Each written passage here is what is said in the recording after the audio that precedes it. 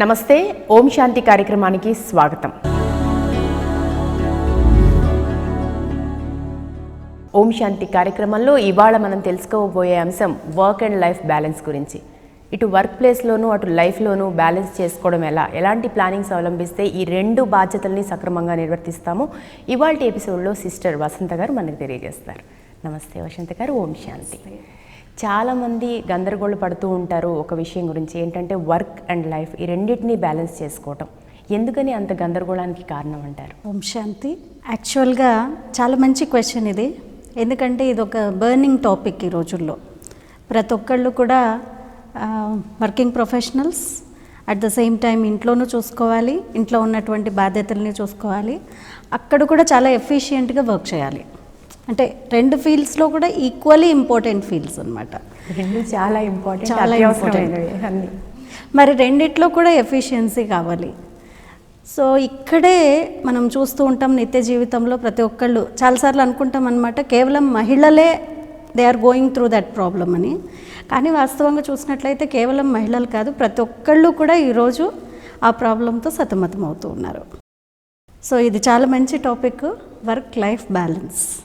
Life అనేటువంటిది let's say ఒక 60 years జీవిస్తున్నాం అనుకోండి. దాంట్లో మన కెరియర్ నుంచి మొదలు పెడితే, అంటే వర్క్ కెరియర్ మొదలు పెడితే దాదాపు ఒక 25-30 సంవత్సరాల మధ్యలో మనం వర్క్ చేయడం స్టార్ట్ చేసామనుకోండి. ఒక 60 years వరకు జాబ్ చేస్తున్నాము అంటే ఆన్ అండ్ యావరేజ్ ఒక 30 to 35 years మనం వర్క్ చేస్తూ ఉన్నాము. ఎవ్రీ డే ఈరోజు సందర్భంలో చూసుకుంటే ఎన్ని గంటలు వర్క్ చేస్తారండి అందరూ? దాదాపు వర్క్ ప్లేస్ అంటే 8 to 10 hours. 8 to 10 hours అంటే నా జీవితంలో ఉన్నటువంటి చాలా ముఖ్యమైనటువంటి ప్రైమ్ టైంలో ఉండేటువంటి, నా లైఫ్లో ఉన్నటువంటి ప్రైమ్ టైంలో ప్రతిరోజు ఒక 30 సంవత్సరాలు 8 to 10 hours అంటే 30 into 365 into 8 లేదు on and average 8 to 10 hours అని అనుకుంటే 9 hours అని తీసుకుంటే 9 hours ఐ నాట్ లివింగ్? ఇప్పుడు నేను వర్క్ చేయడానికే వెళ్తూ ఉన్నాను అని అంటే మరి నేను అక్కడ లైఫ్ అనేటువంటిది లీడ్ చేయట్లేదా? జీవితం అక్కడ లేదా? అంటే ఇది ఒక చాలా ప్రొఫౌండ్ క్వశ్చన్. నేను అడుగుతుండేది ఈరోజు ప్రేక్షకులతో, చాలా profound question. Everyone has to question their own self. అంటే నా లైఫ్ని నేను చూస్తున్నప్పుడు ఒక హోల్సమ్ అప్రోచ్ అనేటువంటిది లేదు. అంటే దాన్ని ఒక హార్మోనియస్గా చూడట్లేదు. నా లైఫ్లో లైఫ్ వేరు, నా వర్క్ వేరు, రెండు వేరు అని అనుకుంటున్నాము. Then what is life? If work is separate, then what is life? జీవితం అంటే ఏంటి మరి? అందుకే ఇక్కడ వర్క్ ఈజ్ వర్షిప్ అనే క్వశ్చన్ వస్తుంది. ఆ వర్క్ని వర్క్గా చూసినప్పుడే ఆ బాధ, ఆవేదన ఇవన్నీ ఉంటాయి. వర్క్ కూడా మన జీవితంలో ఇది ఒక భాగం, ఇది ఒక రెస్పాన్సిబిలిటీ. మన లైఫ్లో ఎంత రెస్పాన్సిబిలిటీ ఉందో వర్క్ కూడా అదే రెస్పాన్సిబిలిటీ అని భావించినప్పుడు ఆ భావన రాదు, అక్కడ కూడా జీవించడానికి సాధ్యమవుతుంది. సో వాస్తవంగా ఇక్కడ అర్థం చేసుకోవాల్సినది ఏంటి అని అంటే, వర్క్ అనేటువంటిది నా లైఫ్ నుంచి వేరు భాగం కాదు. It is just part of my life only. కానీ నేను ఈ వర్క్ అనేటువంటిది సెపరేట్గా చూసేస్తున్నాను, నా లైఫ్ సెపరేట్గా చూస్తున్నాను. అది ఎంతవరకు రైట్? సో ఫస్ట్ నా మెంటల్ సెటప్ ఏం చేసుకోవాలి అని అంటే, I should live in each and every moment of my life కదా. లైఫ్ అని అంటే ఇట్స్ కంటిన్యూస్ థింగ్. ఉదయం లేచినప్పటి నుంచి రాత్రి పడుకునేంత దాకా అది లైఫ్. ఇలా అని కాదు, నేను వర్క్ ప్లేస్కి వెళ్ళినప్పుడు నేను ఐఎమ్ నాట్ లివింగ్. అక్కడ బర్డెన్ అనేది మెంటల్ బర్డెన్ ఎక్కువైపోతుంది, ఫిజికల్ బర్డెన్ తీసుకుంటున్నాం. It is my own thinking which is creating a burden. So ఇక్కడ నేనే నా యొక్క మనస్సుని బరువుగా చేసేసుకుంటున్నాను. అందుకని నా వర్క్ వేరే అయిపోతుంది, నా లైఫ్ వేరే అవుతుంది. మరి ఇది చూసినట్లయితే ఈ క్యాలిక్యులేషన్ ఇంతకుముందు చెప్పుకున్నట్టు 30 into 365 into 9 hours నా లైఫ్లో ఒక ప్రైమ్ టైంలో అన్ని సంవత్సరాలు ఇలా వెళ్ళిపోతున్నాయి అని అంటే మరి నా లైఫ్ ఏమవుతుంది? సో ఇక్కడ యాక్చువల్గా ఒక అప్రోచ్ అనేటువంటిది తీసుకున్నప్పుడు నేను ఎలా జీవిస్తూ ఉన్నాను, మూవీ చూస్తూ ఉన్నాము. అక్కడ హీరో ఫైటింగ్ చేస్తున్నారు.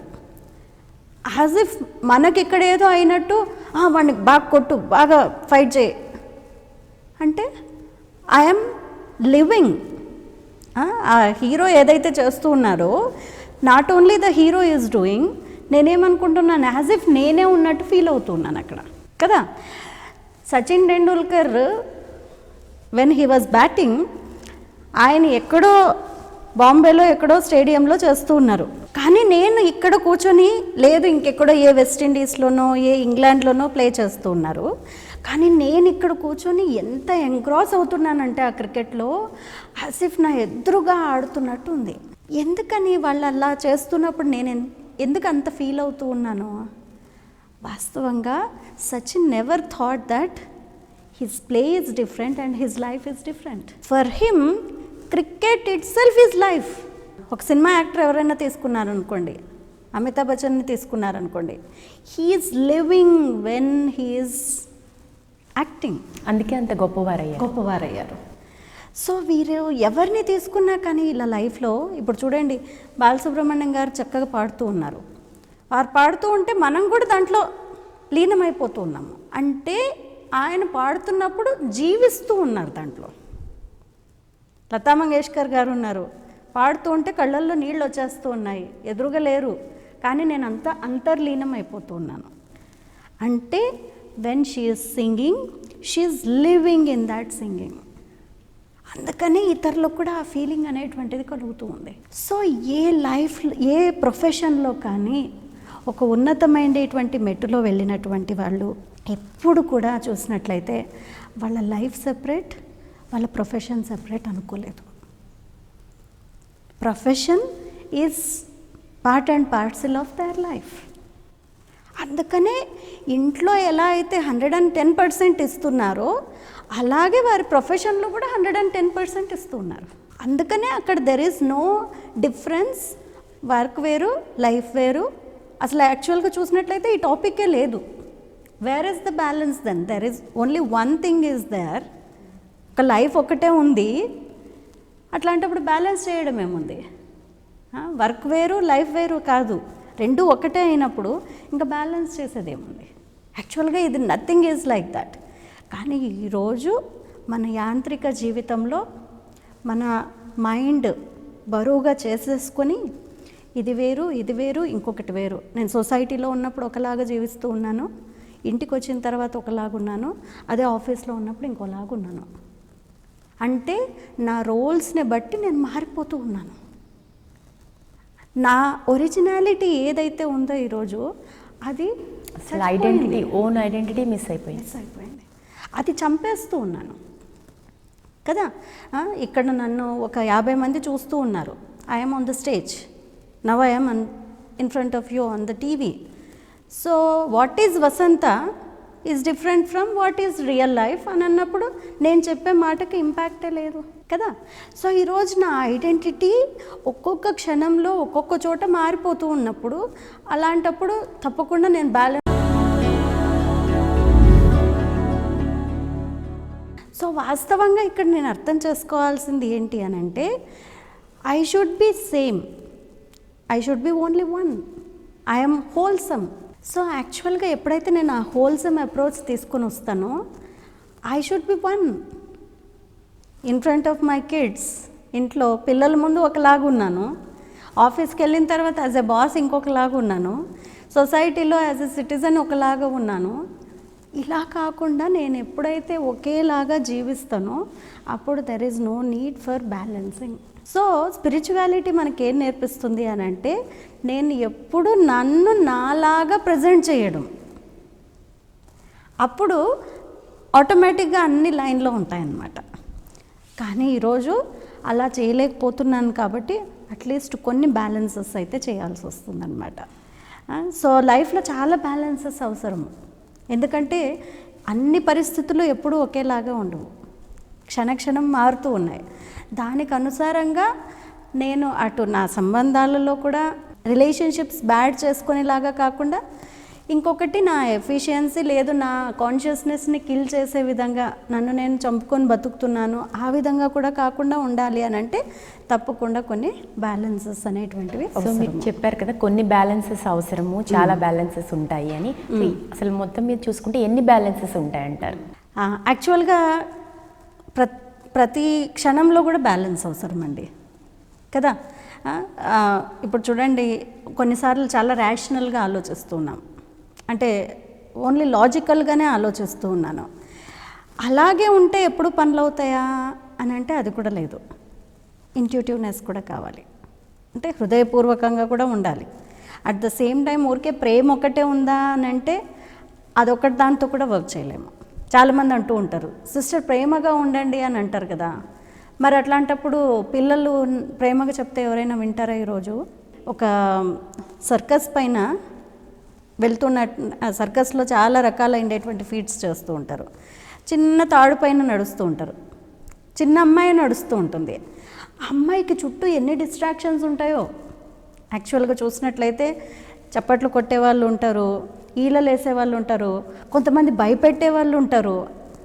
ఆ అమ్మాయి ఫోకస్ ఎట్లా ఉంటుంది? మీరు బాగా గమనించినట్లయితే చాలా అబ్జర్వ్ చేస్తూ ఉంటుంది, కానీ తన ఫోకస్ తన లక్ష్యం ఏదైతే ఉందో ఆ లక్ష్యం మీదే ఉంటుంది. మరి భయము, టెన్షన్ ఉంటుంది ఆ అమ్మాయి ఫేస్తో అంటే అది కూడా ఉండదు, ఎందుకంటే అందరికి ఎంటర్టైనింగ్గానే ఉండాలి కాబట్టి ఫేస్లో అది లేదు, అట్ ద సేమ్ టైం బ్యాలెన్స్డ్గా ఉంది. సో దీనికి ఎలా అయితే ఫోకస్ అనేటువంటిది అవసరమో అలాగే నా లక్ష్యం ఎప్పుడైతే క్లియర్గా ఉందో లైఫ్లో అప్పుడు బ్యాలెన్స్ చేయడం చాలా ఈజీ అవుతుందన్నమాట. అందుకనే ఇట్లాంటి బ్యాలెన్స్ అనేటువంటిది చాలా అవసరము. యాక్చువల్గా చూసినట్లయితే human life is a balanced life.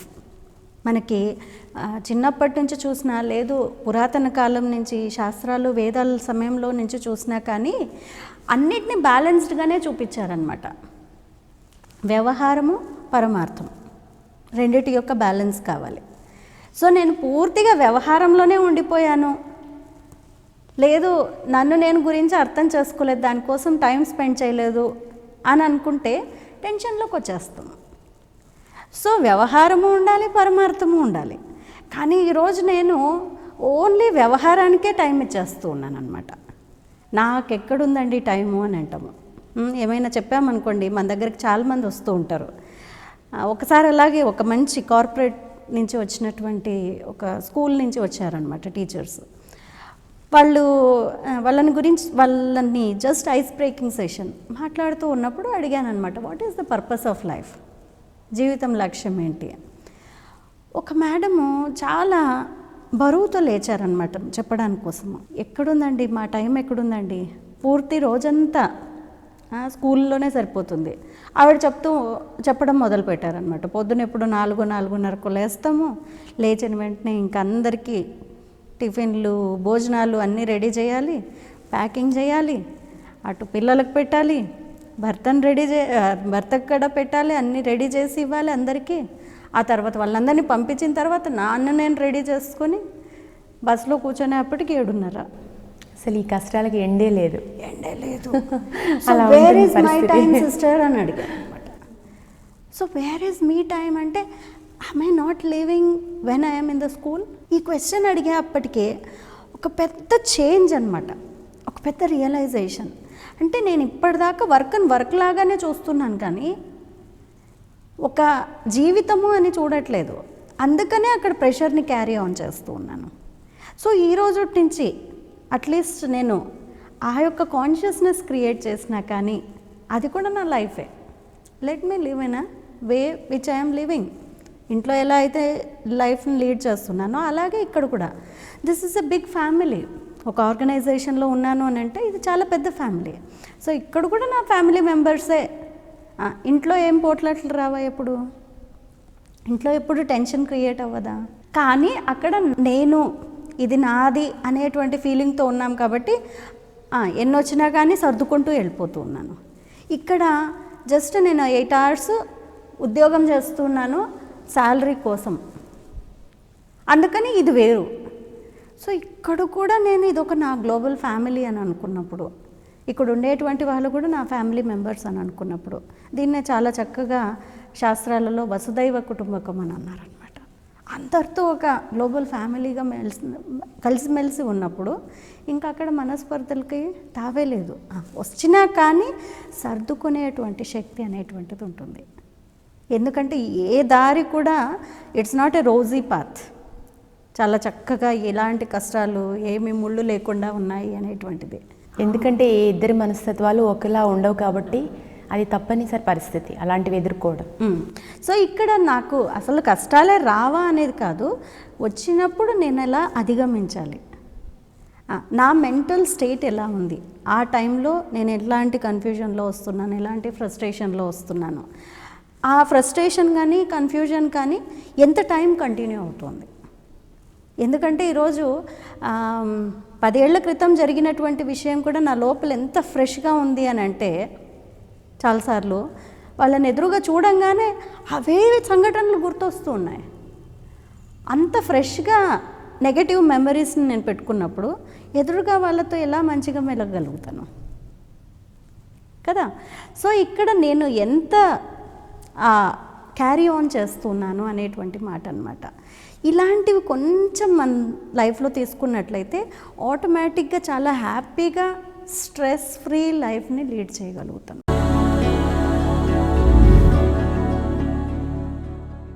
అలాగే కొంతమందిలో వర్క్కి ఎక్కువ సమయం ఇవ్వగలుగుతున్నాము, లైఫ్లో పర్సనల్ లైఫ్కి ఇవ్వలేకపోతున్నామని ఒక బాధ ఉంటుంది. కొంతమందిలో పర్సనల్ లైఫ్ని ఎక్కువగా ఇంపార్టెన్స్ ఇస్తే వర్క్లో చేయలేకపోతున్నాం, అనుకున్నది సాధించలేకపోతున్నాం అనే బాధ ఉంటుంది. ఈ రెండిటికి కారణం ఏంటంటే సో ఇక్కడ ఒకటి కొంతమంది ఏమనుకుంటారంటే మా ఇంట్లో మీన్స్ వైఫ్ కానీ హస్బెండ్ కానీ అంటే పిల్లలకి పేరెంట్స్ కానీ టైం ఇవ్వటం లేదు అని.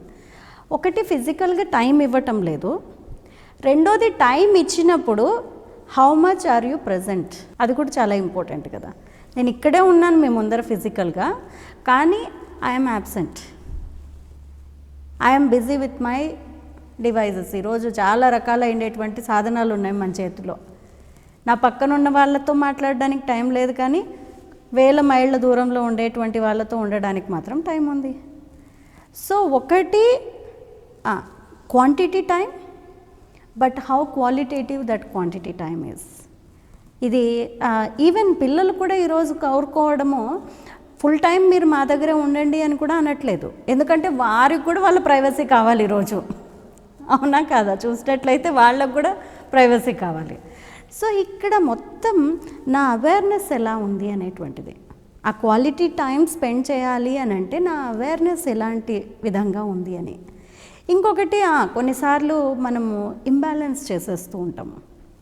ఎంత ఇంబ్యాలెన్సెస్ అని అంటే ఈరోజు ఒకటి తినాల్సిన టైంలో తినట్లేదు, పడుకోవాల్సిన టైంకి పడుకోవట్లేదు, ఏ సమయంలో ఏ పని ఏదైతే చేయాలో ఆ సమయానికి అది చేయట్లేదు. అంటే నా career clock and biological clock రెండు సంఘర్షణలో ఉన్నాయి. కెరియర్ కెరియర్ కెరియర్ అనే అనుకుంటూ ఉన్నాను, దాంట్లో ఈ హెల్త్ని కూడా పాడు చేసుకుంటూ ఉన్నాను అనమాట. సో ఇట్లాంటి చోట నాకు కొంచెం విచక్షణ జ్ఞానం అనేటువంటిది ఉపయోగించాలి. కొన్నిసార్లు ఇంబ్యాలెన్స్గా వెళ్ళిపోతూ ఉంటాం. ఒకటి జీవితంలో ఉన్నతమైనటువంటి మెట్టుకు ఎక్కడం ఒకటి, లేదు నా ధనం సంపాదించాలి అనేటువంటి ఒక ఎంతైతే అవసరమో అంత చేయాలి, లేదని అనట్లేదు. సో ఇక్కడ అదే అయిందనమాట. ఈ బ్యాలెన్స్ అనేటువంటిది I have to draw that line. ఇది నేను ఎంత చెప్పినా కానీ it is just a guide line. అది ఎవరికి వారు ఓన్గా వాళ్ళ పరిస్థితులను బట్టి మెంటాలిటీస్, ఎలాంటి సందర్భంలో ఉన్నారు, ఎవరితో ఉన్నారు, ఎక్కడ ఎంత సమయం నేను స్పెండ్ చేస్తే అది ప్రొడక్టివ్గా ఉంటుంది. ఈరోజు కొద్ది సమయాని కోసం చూసుకొని లాంగ్ లైఫ్లో నా లైఫ్ని పాడు చేసుకుంటూ ఉన్నాను, లాంగ్ రన్లో నా లైఫ్ని పాడు చేసుకుంటూ ఉన్నాను. సో ఇలాంటివి ఎక్కడ సున్నితమైనటువంటి గీతలు ఎక్కడ గీసుకోవాలి మన లైఫ్లో అనేటువంటిది ఎవరికి వాళ్ళకి తెలుసు అనమాట. యాక్చువల్గా చూసినట్లయితే human body itself is made with balanced way, చాలా బ్యాలెన్స్డ్గా తయారైంది. ఇప్పుడు చూడండి, ఎండాకాలంలో ఎలా ఉండాలి, దానికి కోపింగ్ ఎబిలిటీ ఏం కావాలి అనేటువంటిది బాడీకి తెలుసు. ఇప్పుడు చలికాలం వచ్చింది, చలికాలంలో ఎలా ఉండాలి అనేటువంటిది కూడా దానికి తెలుసు. అంటే బాడీ కూడా ఇట్స్ మేడ్ వెరీ బ్యాలెన్స్డ్. మనం అది అర్థం చేసుకోవట్లేదు, దాన్ని చూడటానికి టైమే లేదు అని అనుకుంటూ ఉన్నాము. ఎందుకంటే మైండ్ ఈజ్ ఆక్యుపైడ్. సర్వత్రా నేను ఎప్పుడూ ఆక్యుపైడే ఉన్నాను అనమాట. సో ఇక్కడ యాక్చువల్గా left brain and right brain అని అంటూ ఉన్నాము. ఫస్ట్ బ్యాలెన్స్ తీసుకున్నట్లయితే లైఫ్లో బ్యాలెన్సింగ్ దీస్ టూ బ్రెయిన్స్. ఎందుకు అనంటే లెఫ్ట్ బ్రెయిన్, రైట్ బ్రెయిన్. రీసెంట్గా ఎక్కడో ఒక చోట క్లాస్ చేస్తున్నప్పుడు అడిగాను అనమాట ఇలాగే, left brain right brain work ఏంటి అని. So left one is to control the right part of the body and right brain is controlling the left part of the body. That is there. కానీ ఇంకా ఏం చేస్తోంది అని చూసినట్లయితే science ప్రకారంగా కూడా, నాట్ ఓన్లీ స్పిరిచువాలిటీ, సైన్స్ ప్రకారంగా కూడా చూసినట్లయితే లెఫ్ట్ బ్రెయిన్ ఏదైతే ఉందో ఇది ఎక్కువగా it's a quality of logic, rational, masculine side of human being. అంటే ఎప్పుడు కొంచెం లాజికల్గా ఆలోచించటము, మ్యాథ్స్, క్వాంటిటేటివ్ ఇలాంటి వాటి గురించి ఉన్నదాన్ని లెఫ్ట్ బ్రెయిన్ అని అంటూ ఉన్నాము. ఇంకొక సైడ్ రైట్ బ్రెయిన్ అని అంటే it's always very emotional, intuitive, feminine side of the human being అని అంటూ ఉన్నాము. సో వాస్తవంగా ఈ రెండు క్వాలిటీస్ మానవుడిలో ఉన్నాయి. ఇప్పుడు స్త్రీలో పురుష గుణాలు కూడా ఉన్నాయి. సింగిల్ పేరెంట్ ఉన్నారండి, మదర్స్ ఉన్నారు, వాళ్ళ ఫాదర్ వర్క్ కూడా చేసి పిల్లల్ని నిలబెడుతూ ఉన్నారు. కొంతమంది సింగిల్ పేరెంట్ ఫాదర్స్ ఉన్నారు, వారు మదర్లీ క్వాలిటీస్ని కూడా పిల్లలకి ఇస్తూ ఉన్నారు. తల్లి అనేటువంటి లోపం ఉంది అనేటువంటిది కూడా తెలియకుండా వాళ్ళని పిల్లల్ని అలా బ్యాలెన్స్ చేస్తూ ఉన్నారు. సో ప్రతి ఒక్క హ్యూమన్ బీయింగ్కి left side and left brain and right brain రెండూ ఉన్నాయి చక్కగా. కానీ ఏ సమయంలో ఎలాంటి భావనల్ని ఇవ్వాలి అనేటువంటిది నేను బ్యాలెన్స్ చేయలేకుండా పోతున్నాను అనమాట. అక్కడ ప్రాబ్లం అంతా స్టార్ట్ అవుతుంది. సో స్పిరిచువాలిటీ మనకి ఏం నేర్పిస్తుంది అని అంటే, ఫస్ట్ ఈ లెఫ్ట్ రైట్ బ్రెయిన్స్ని రెండింటిని సింక్రనైజ్ చేయడము. సో మీరు ఇవాళ ఎపిసోడ్లో చాలా బాగా చెప్పారంటే అసలు బ్యాలెన్స్ అవసరం లేదు, కానీ బ్యాలెన్స్ కావాల్సిన పరిస్థితి మాత్రం ముఖ్యంగా ఇప్పటి ఈ ఉరుకుల పరుగుల ప్రపంచంలో మాత్రం అవసరం అవుతుంది అని. ఇక ముందు ఎపిసోడ్లో ఈ బ్యాలెన్స్ ఎట్లా చేయాలి, అంటే ఎట్లా అధిగమించాలి ఈ ప్రాబ్లమ్స్ని తెలుసుకుందాం. సిస్టర్ నమస్తే. ఇది ఇవాల్టి ఓం శాంతి కార్యక్రమం. మరో ఎపిసోడ్లో మళ్ళీ కలుద్దాం. నమస్తే.